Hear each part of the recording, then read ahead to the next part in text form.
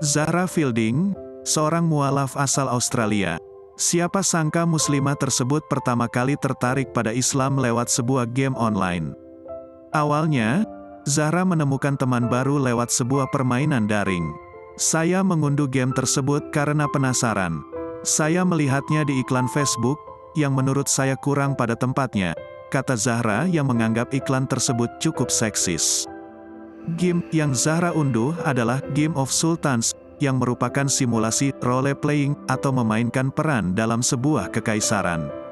Setelah mulai memainkan, ternyata menurutnya, game tersebut tidak seksis seperti yang dijual di dalam iklan dan justru berdampak pada kehidupannya. Game ini hadir di momen terpenting kehidupan saya. Sebelumnya saya merasa kesepian dan tak punya arah. Saya tidak merasa bangga dengan karir, maupun kehidupan pribadi dan sudah lama melajang, kata Zahra.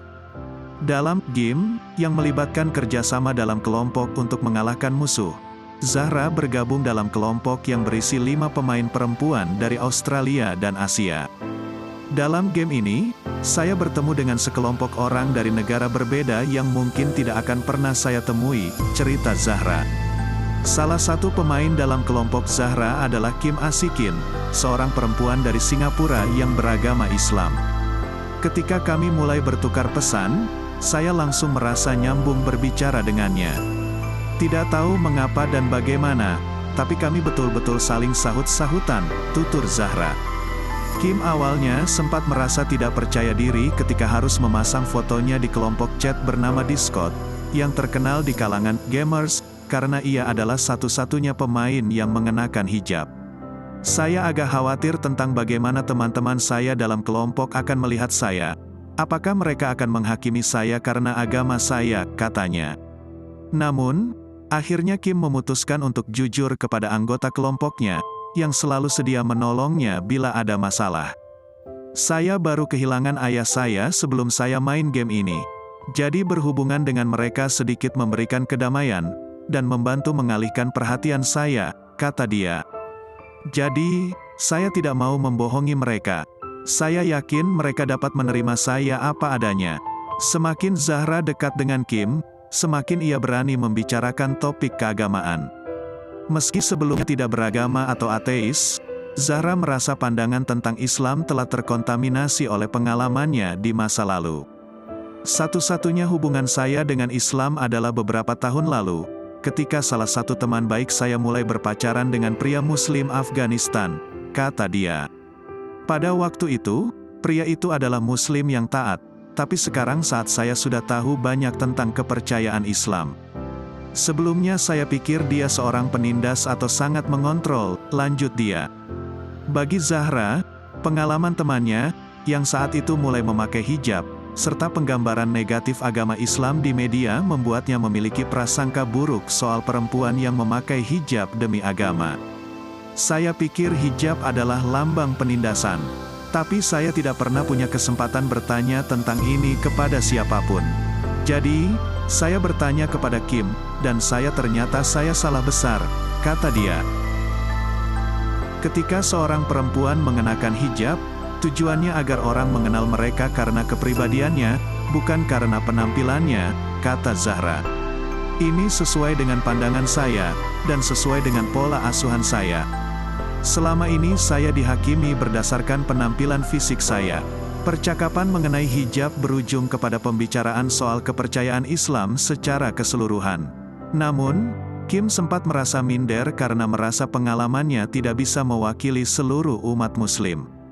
Ketika Zahra mulai bertanya kepada saya tentang Islam, saya sesungguhnya sangat takut, kata Kim sambil tertawa.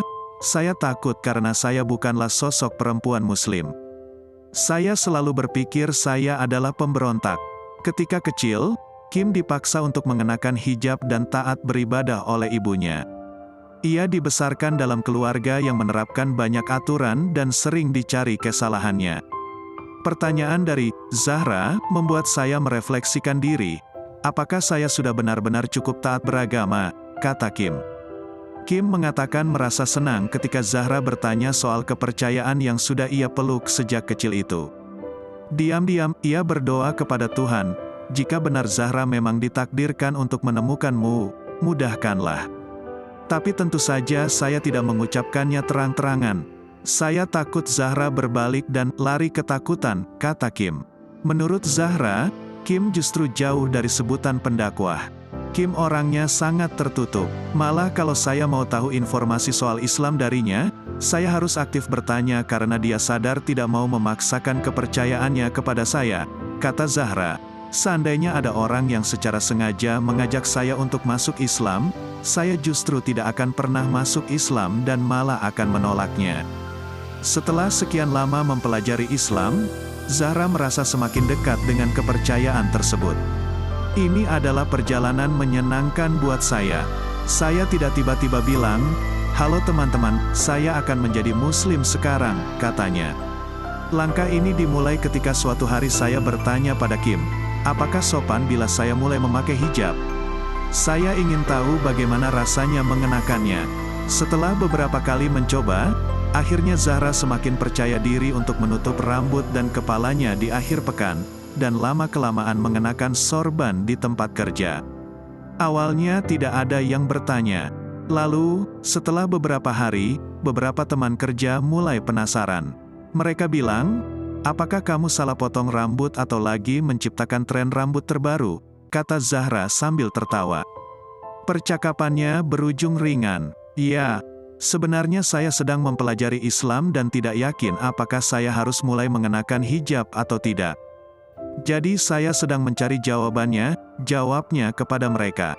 Sejak awal tahun ini, Zahra mulai beribadah di masjid di Brisbane, bernama Kurabi Mosque dan mengucapkan kalimat syahadat, tanda berpindah agama ke Islam.